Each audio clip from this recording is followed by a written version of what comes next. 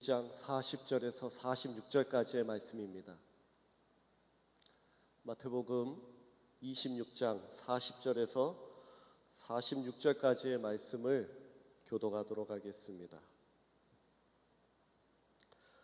제자들에게 오사 그 자는 것을 보시고 베드로에게 말씀하시되 너희가 나와 함께 한 시간도 이렇게 깨어 있을 수 없더냐.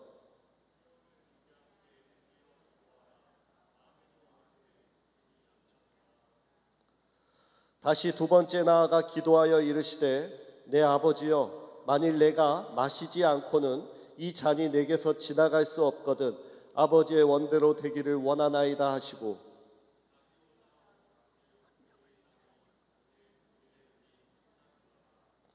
또 그들을 두시고 나아가 세 번째 같은 말씀으로 기도하신 후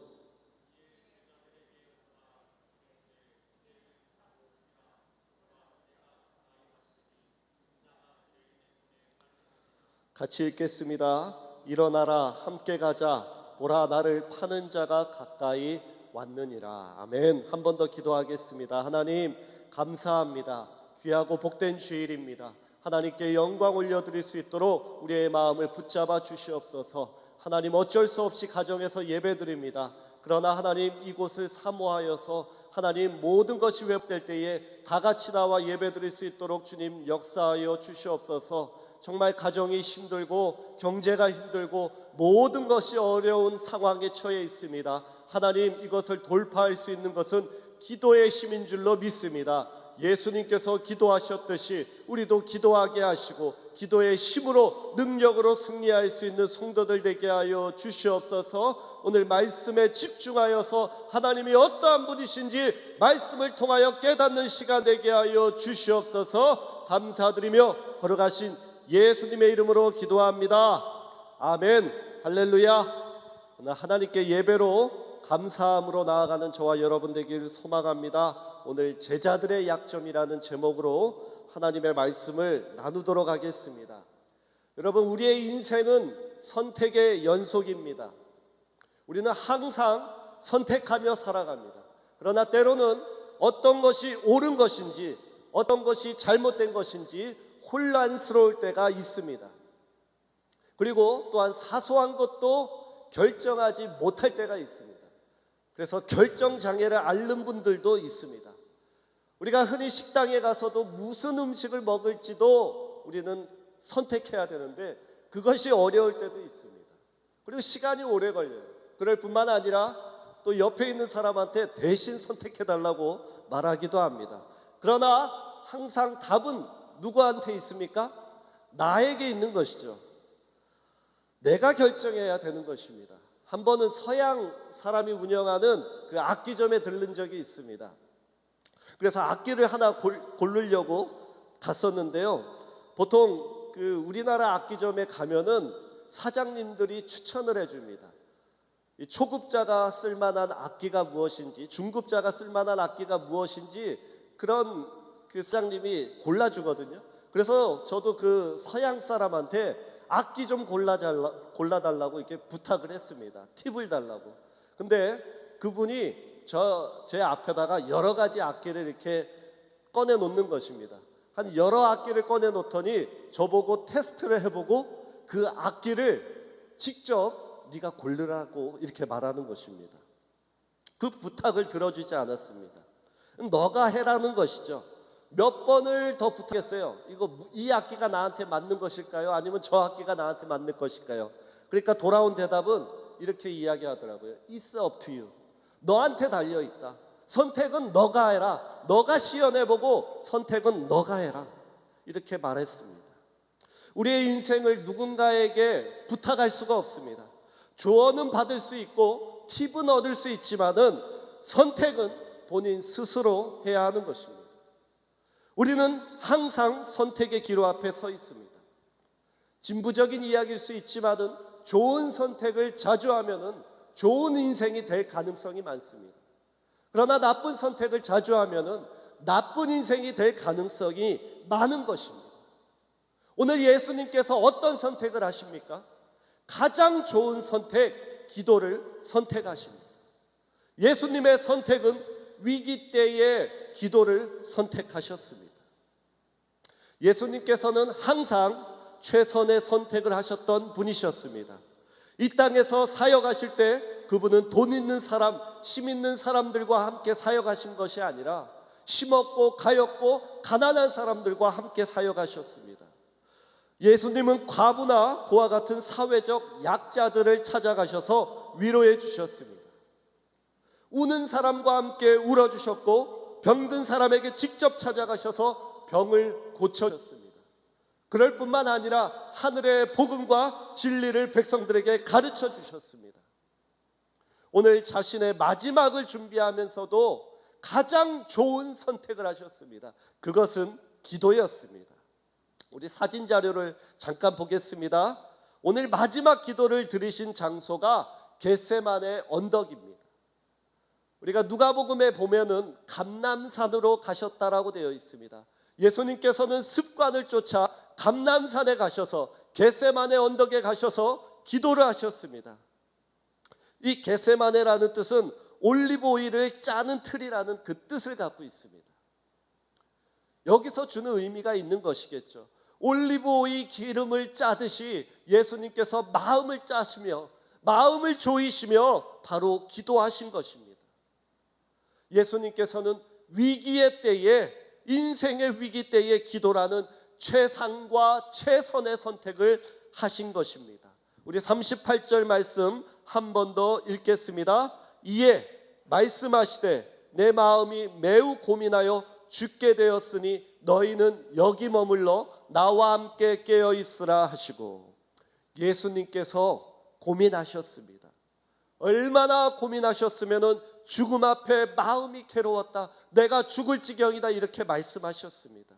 그리고 제자들에게 함께 깨어 있어라, 함께 기도하자라고 기도 부탁을 하셨습니다. 여러분, 인생의 위기 때에 기도해야 합니다. 예수님께서 이 기도를 마치신 후에 로마 군인들에게 의해서 잡히셨습니다. 예수님께서 마지막으로 자유롭게 하실 수 있었던 것, 그 자유로운 행동 중에 선택하셨던 것은 바로 기도라는 것입니다. 여러분의 인생의 마지막 때에 여러분은 어떤 것을 선택하시겠습니까? 바로 예수님처럼 기도를 선택하시기를 바랍니다. 예수님은 기도를 통하여 하나님과 연결되셨습니다. 그분은 기도가 삶이셨습니다. 늘 기도하는 분이셨습니다. 그러기에 가장 힘든 십자가의 고통 앞에서도 기도로 승리하게 되신 것입니다. 누구나 약점이 있습니다. 예수님도 이렇게 기도하셨습니다. 할 수 있거든 이 잔을 옮겨달라고 하나님께 간구하셨습니다. 예수님도 연약함이 있었고 예수님도 부족함이 있었습니다. 그러나 자신의 뜻을 내려놓고 하나님 아버지의 원대로 하옵소서라고 기도할 수 있었던 것은 바로 기도의 힘이었습니다. 예수님은 겟세마네 언덕에서 땀방울이 핏방울이 되도록 기도하셨고, 인간의 나약함을, 연약함을 예수님께서는 기도로 돌파하셨던 것입니다. 여러분에게도 고난과 시련이 있을 것입니다. 그것 때문에 나의 연약함과 부족함이 드러나기도 합니다. 그러나 연약함을 강함으로 바꾸고 돌파할 수 있는 힘은 바로 기도인 것입니다. 예수님은 기도를 선택하셨습니다. 그러나 제자들의 모습을 한번 보겠습니다. 제자들의 약점은 무엇이었습니까? 그들은 낙심하였습니다. 그것이 그들의 선택이었습니다. 40절 말씀 한 번 더 읽겠습니다. 제자들에게 오사 그 자는 것을 보시고 베드로에게 말씀하시되 너희가 나와 함께 한 시간도 이렇게 깨어 있을 수 없더냐. 제자들에게 깨어 있으라 라고 말씀하셨습니다. 누가복음에는 유혹에 빠지지 않게 기도하라 이렇게 말씀하셨습니다. 깨어 있는 것이 기도하는 것입니다. 기도하는 것이 깨어 있는 것입니다. 그러나 제자들은 예수님께서 찾아오셨을 때 그들은 잠들어 있었습니다. 제자들이 단순히 육체의 연약함 때문에 잠들어 있었던 것이 아닙니다. 그들 마음속에 낙심의 마음이 있었기 때문입니다. 병행 구절인 누가복음 22장 45절 같이 읽어보겠습니다. 기도 후에 일어나 제자들에게 가서 슬픔으로 인하여 잠든 것을 보시고, 제자들이 슬픔으로 인하여 잠들었다라고 되어 있습니다. 이 슬픔이라는 단어 속에는 근심하다라는 뜻이 있습니다. 예수님께서 기도할 때에 제자들은 근심하고 낙심하였던 것입니다. 이제 내가 너희와 함께 하지 못할 것이다. 잠시 후면 너희가 나를 보지 못할 것이다. 너희 중에 한 사람이 나를 팔 것이다. 오늘 밤 너희가 나를 다 버리리라. 이런 예수님의 말씀으로 인하여서 제자들은 실족하고 낙심한 것입니다. 그러기에 깨어 있어 기도하라 예수님께서 말씀하시는 것입니다. 그러나 제자들이 낙심하고 근심하였기에 마귀가 주는 시험과 유혹에 빠지게 되는 것입니다. 인간적인 근심은 성도를 잠들게 만듭니다. 인간적인 근심은 우리를 피곤하게 만듭니다. 지금 우리의 상황도 얼마든지 근심할 수 있는 상황이지 않겠습니까? 온 국민이 낙심하고 있습니다. 아이들 학교 생활이 어렵고 자영업자와 소상공인들이 낙심되는 상황입니다. 성도가 예배를 드리지 못하는 것이 얼마나 낙심되는 상황이겠습니까? 그렇다 할지라도 성도는 슬픔과 근심에 빠질 것이 아니라 깨어있어 기도해야 하는 것입니다. 기도하면 답이 보입니다. 기도하면 견딜 수 있는 힘이 생깁니다.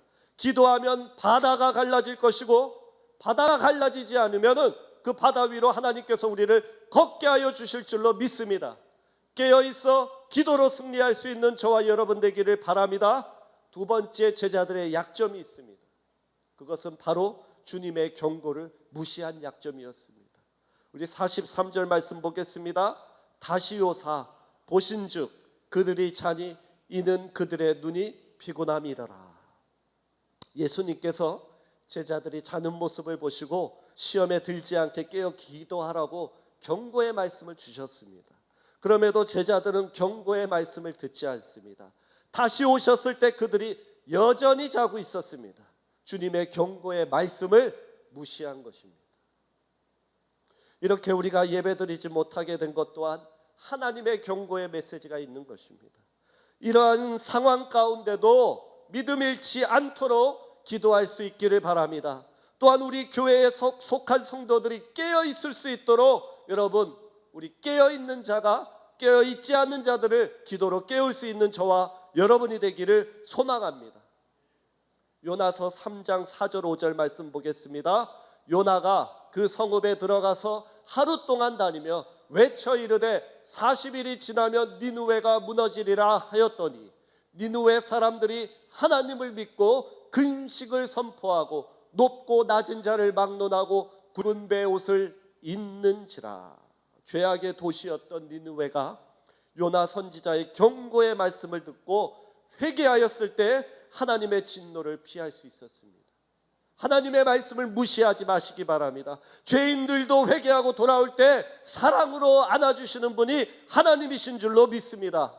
히브리서 11장 7절 말씀입니다. 믿음으로 노아는 아직 보이지 않는 일에 경고하심을 받아 경외함으로 방주를 준비하여 그 집을 구원하였으니 이로 말미암아 세상을 정죄하고 믿음을 따르는 의의 상속자가 되었느니라. 아멘. 오늘도 하나님께서는 다양한 방법으로 성도들을 깨우시고 경고하고 계십니다. 노아가 하나님의 경고를 받았을 때 그가 무시하지 않았습니다. 그 말씀으로 순종하였더니 그의 가족이 구원받았습니다. 또한 우리 또한 깨우십니다.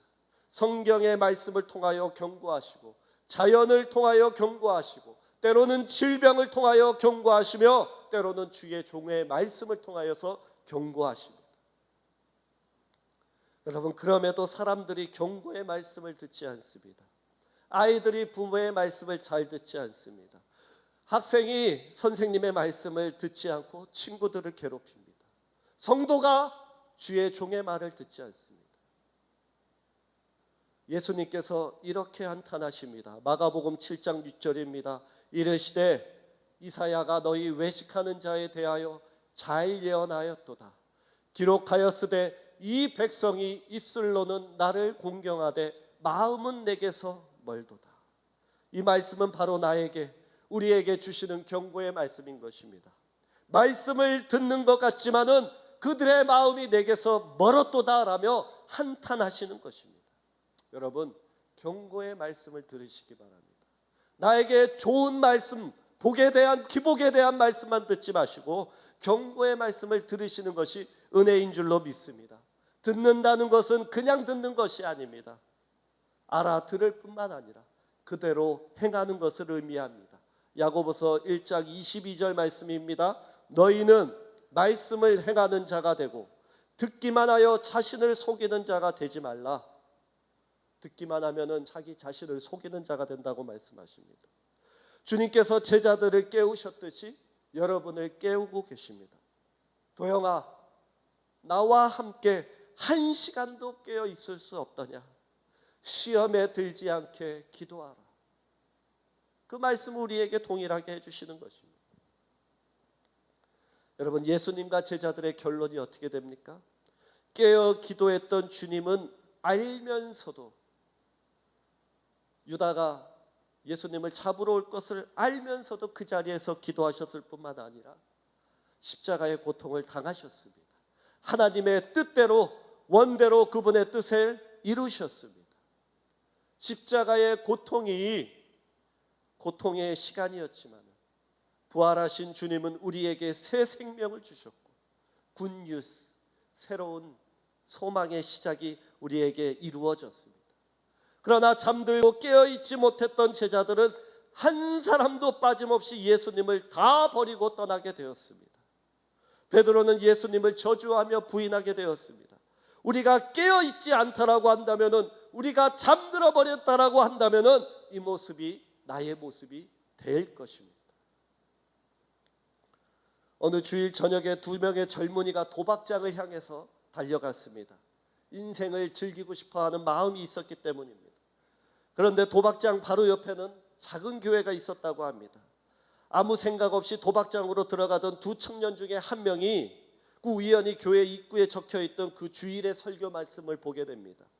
거기에는 죄의 삭슨 사망이다, 그것이 그날의 본문이었다고 합니다. 그 글귀를 보자 그 청년의 마음에 변화가 일어났습니다. 그리고 그 청년은 바로 도박장이 아닌 교회로 들어갔습니다. 그러나 한 청년은 결심한 도박장으로 갔고 두 사람의 발걸음이 달라졌습니다. 그날 교회에 가서 예배를 드린 청년은 설교 말씀을 듣고 예수님을 구주로 영접하고 새 사람으로 거듭나게 되었습니다.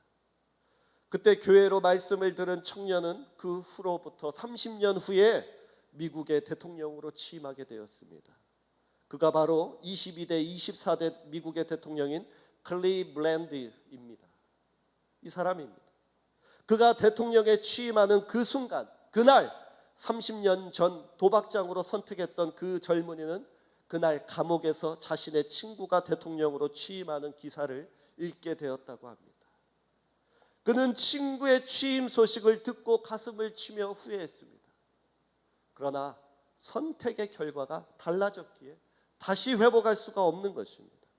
거룩한 주님의 성도 여러분, 무엇을 선택하시겠습니까? 늘 하던 대로 연약함과 약점을 그대로 두시며 살아가시겠습니까? 아니면 예수님께서 기도하셨던 것과 같이 약점을 그대로 두는 것이 아니라 약점을 돌파할 수 있는 기도를 선택하며 살아가시겠습니까?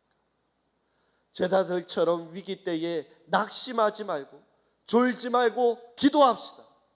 기도로 하나님과 하나 되어서 항상 깨어있어 승리할 수 있는 저와 여러분 되기를 소망합니다. 우리 간절하게 다 같이 기도하도록 하겠습니다. 우리 기도할 때에 가정에서 기도하시는 분들은 무릎을 꿇고 기도합시다. 이 상황이 무릎을 꿇어야 되는 것 아니겠습니까? 얼굴을 바닥을 향해서 예수님께서 간절히 기도하셨던 것 같이 우리 간절하게 기도합시다. 기도할 때에 주님, 우리가 예배드리지 못하는 이 상황을 하나님 변화시켜 주시옵소서. 모든 성도들이 나와 예배할 수 있도록 주여 상황을 역전시켜 주시옵소서.